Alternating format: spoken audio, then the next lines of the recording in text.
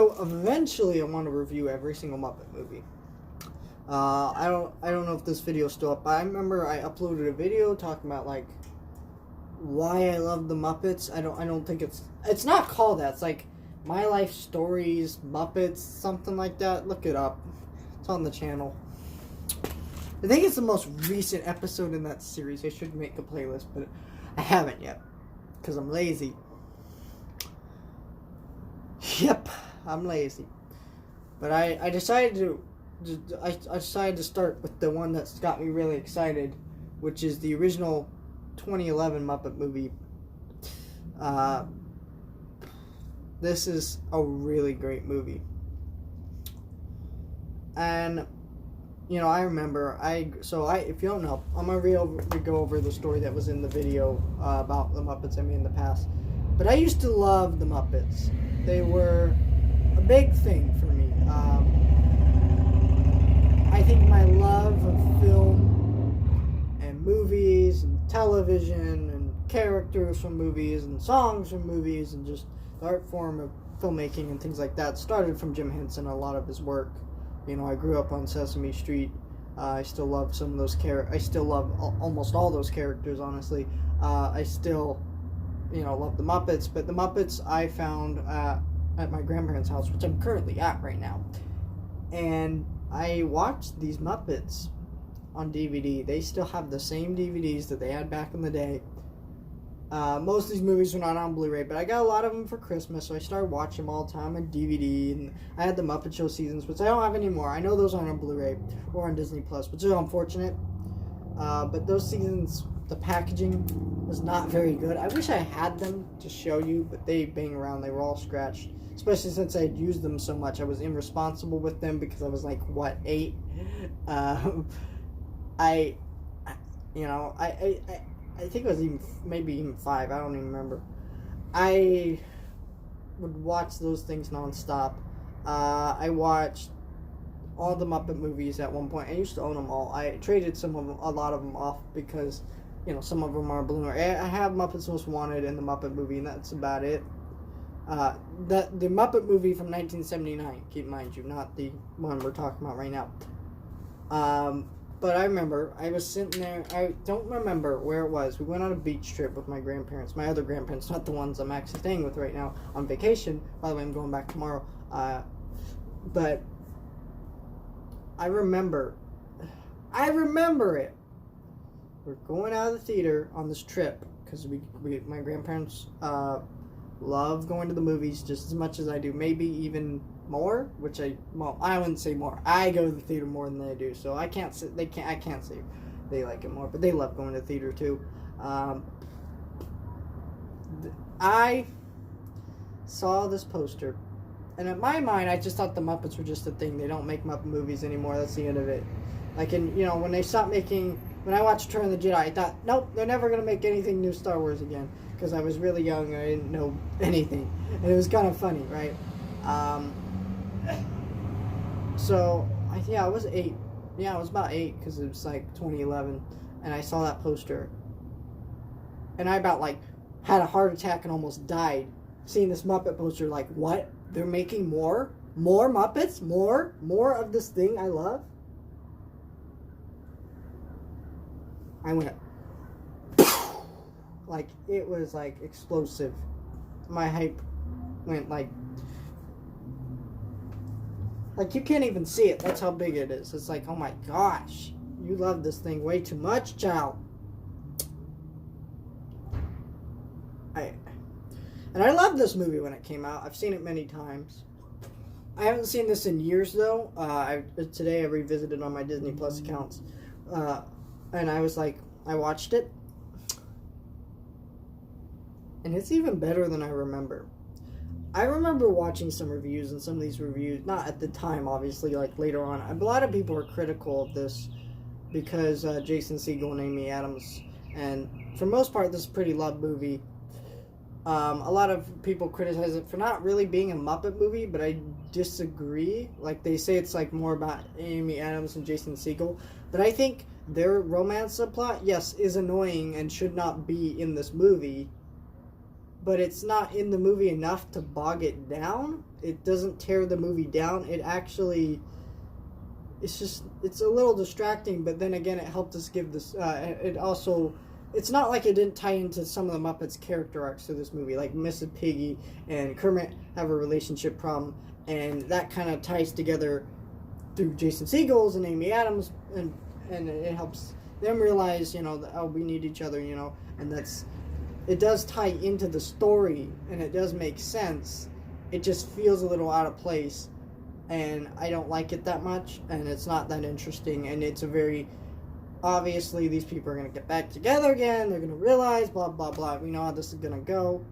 It's more interesting when it's characters like Miss Piggy and Kermit than it is like real humans, because we know how these tropes work. It's also, it also helps with, like, Man or Muppet is part of that arc, and it helps, like, Walter realize what he needs to do throughout the movie, which is the new Muppet. I don't think they use this character much. They didn't even use him in the ABC series. I think they dropped everything after Muppets Most Wanted from these movies, which is unfortunate, because that movie did not bomb. That movie did okay at the box office. It didn't make as much money as the first movie, and the real reason this one made so much money is because this is a real nostalgia trip movie. This movie is built to make you feel nostalgic for these characters. And it does a very effective job at it in a way that's not cynical, the way that's not, it's not just some cash grab, where the studio's like, we need to revise this old property and make money, blah, blah, blah, blah. No, they legitimately tried and they made a good film. And Walter is basically every Muppet fan ever watching this movie. They're so excited. They're so hyped. Walter's here. He's so excited to see the Muppets. He wants to help them get back together. Like, that is what every Muppet fan would be. He's a metaphor for them. He also becomes a Muppet, so that's kind of fun. I do think the reason they don't use him so much is his whistling talent is just, like, really dumb. Like, what can you do with this character? I don't think it matters. I don't think this character matters. I think it's fine. I just don't think he adds that much to this movie. He sets up the plot. That's about it. He's basically a plot device to me. But why this movie works so well at being nostalgic is it's number one, you haven't seen the Muppets in years. Well, the Muppets haven't seen each other in years. They broke up off screen. And that is a smart idea. So now you're trying to get back these characters together as part of the plot that you haven't seen in years. They haven't seen each other in years, so it's a lot of, they've grown older, they've grown apart, and it's a lot of seeing that, and so it relates to the older audience, and it makes it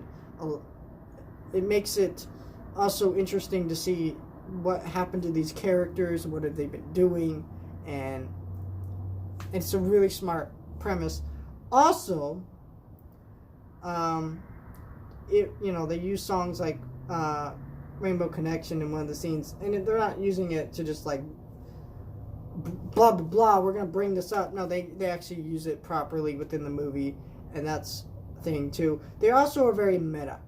There are several fourth wall breaks in this movie, and there's a lot more Muppets Most Wanted, like a lot more, but they play on the fact that this is a movie. I mean, Muppets Most Wanted literally starts with we're doing a sequel, which is a song about how sequels aren't as good, and this isn't even going to be as good as the original, and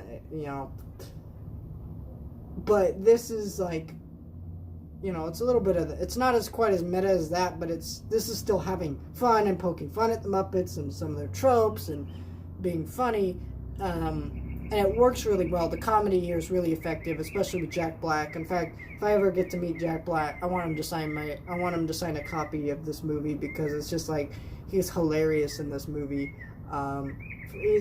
This is the best celebrity cameo I've ever seen.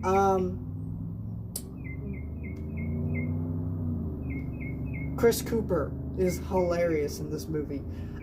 He's the villain, and he's hilarious because he basically, his backstory is that he just is this evil rich guy who, at a birthday party for the Muppets, he had the Muppets put on a show, but he couldn't laugh at them because he literally has a condition that he can't laugh. So when he has his like minions, he's always like maniacal laugh.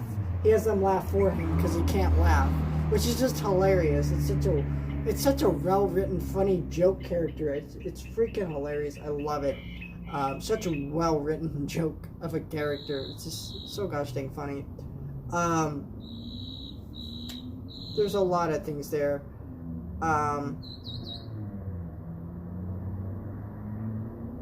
There's just a lot of funny things in this movie. There's just so many great jokes. It's really good. This is the best Muppet movie they'll probably ever make. I don't know if it's my favorite. I haven't seen Muppet Treasure Island in many years. I need to watch that one again. That one has always been my favorite because Tim Curry's in it. He's a Muppet. He basically is a Muppet, so that just works, and it's his brilliant casting. But I really love Tim Curry in the movie, but I don't know if it works out as well as they thought it was gonna work out. I'm not exactly sure on that. If I like that as much, which one I like more? It's been a while, so I need to revisit that. And I'm gonna, like I said, I'm gonna probably review them all at some point. The problem is that some of them are not owned by Disney. Some of them are owned by what is it? Sony. Muppets in Space and Muppets Take Manhattan. Yeah, they're owned by Sony, and so they're not going to be on Disney Plus. And the other two Muppet movies are also there's a few not on Disney Plus. But the point is, great movie. Check it out. Really big fan of this movie. Love it a lot.